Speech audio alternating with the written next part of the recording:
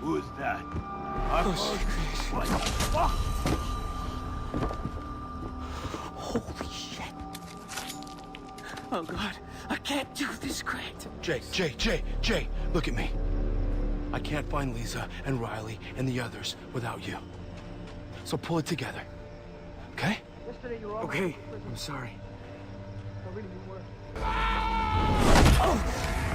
You're dead!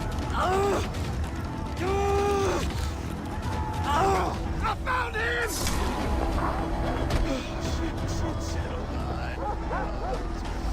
When Far Cry 3 first dropped, we were all there for the chaos.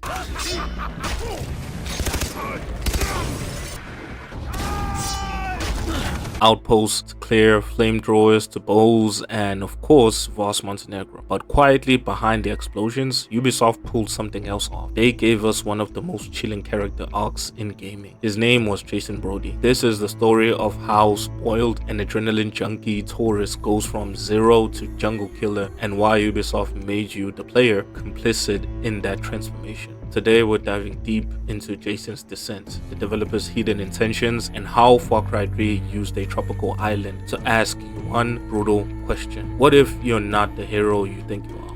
Lava. The Heran, the Shark, and the Spider. I know who you are, Jason. You are a warrior.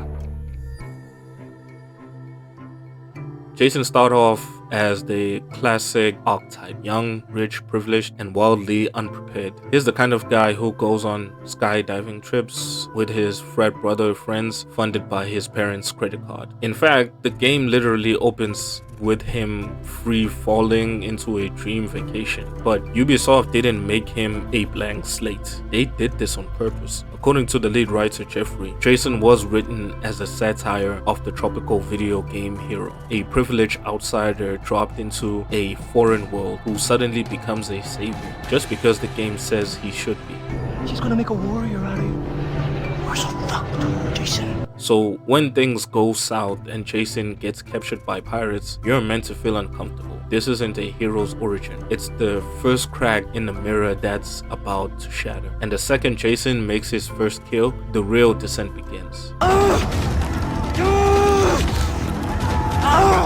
found him!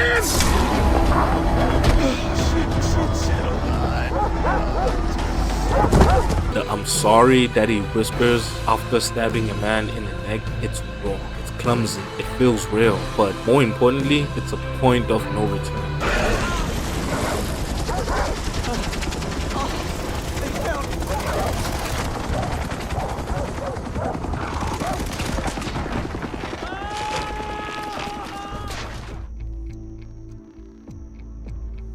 At first, you think Jason is just doing what he's supposed to do. His brother's dead, his friends are missing, and is stuck on an island full of armed maniacs. Kill or be killed. That's the logic, right? But the gameplay doesn't just let you survive, it starts empowering you. Suddenly you're sneaking into enemy camps, snapping necks like a pro, setting bear traps, skinning tigers, and crafting wallets from shark hides. And Jason, he starts getting really good at it. You're not just watching a man survive, you're watching him adapt and then thrive. One of the most subtle but brilliant things about Ubisoft does is stop having Jason question his actions. He stops being shocked. He stops apologizing. Now, when he kills, he says things like, We did it! You can feel him slipping. And so, as you, player, keep having fun while you keep growing Jason's skills also. Yo, truck on the bridge! Yeah!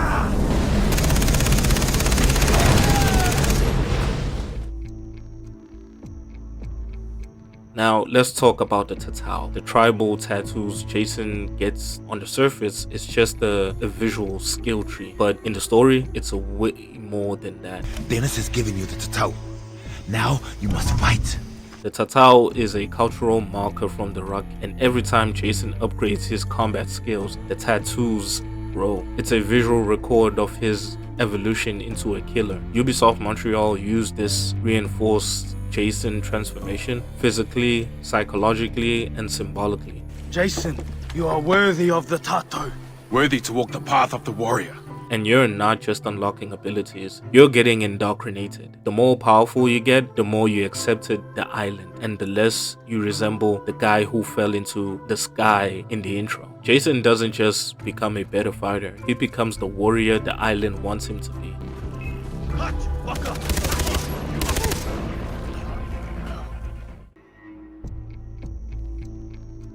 Let's talk about Voss. Everyone remembers him. He stole the show with the iconic definition of insanity monologue. But what people don't always catch is that Voss isn't just a villain, he's a reflection. Voss and Jason aren't opposites. They're twins on different timelines. You are so close to the end. Come on!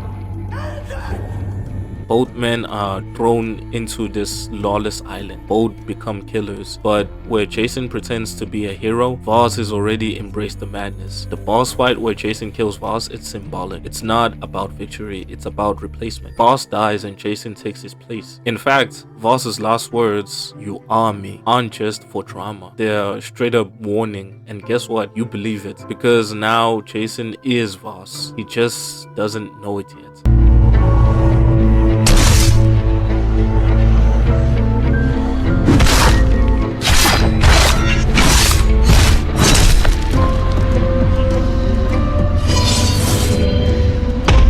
Citra, I won.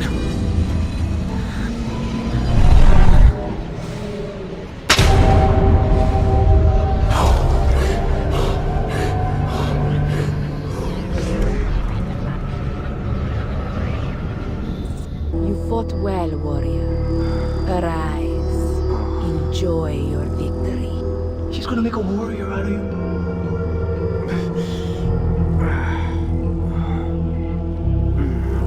You are so fucked, Jason. Voss is dead.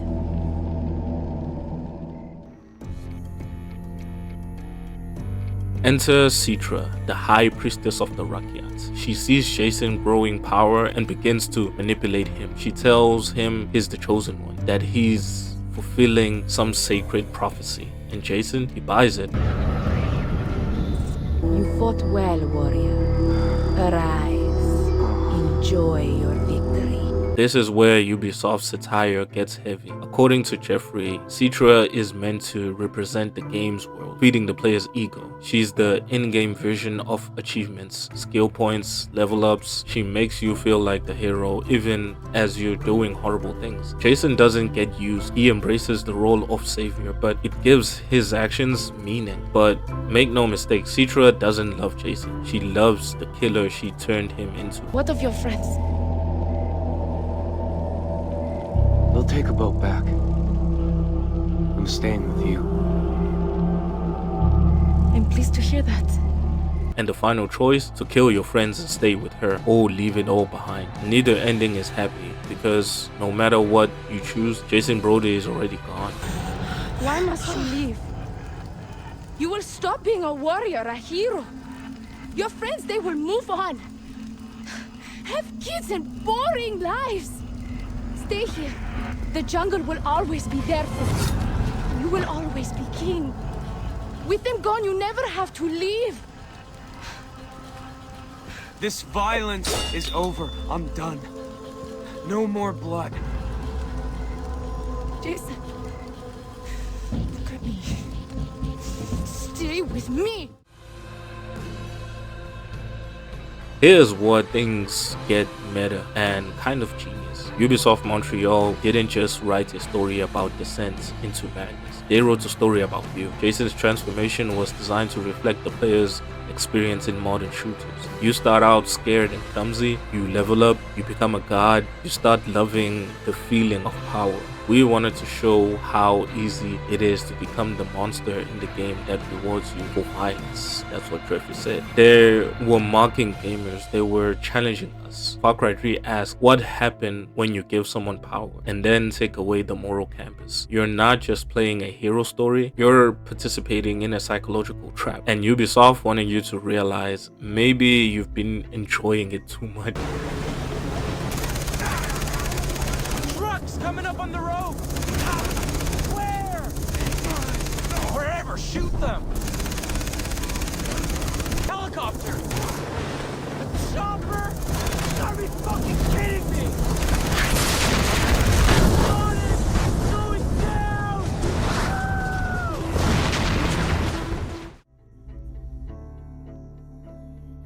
By the end of the game, Jason has he's feared, he's respected, he's deadly. But the cost is soul. Whether you stay with Citra or leave with your friends, Jason's arc ends with one truth. There's no going back. I've killed so many people, I've lost count. I can't come back from this. I'm a monster.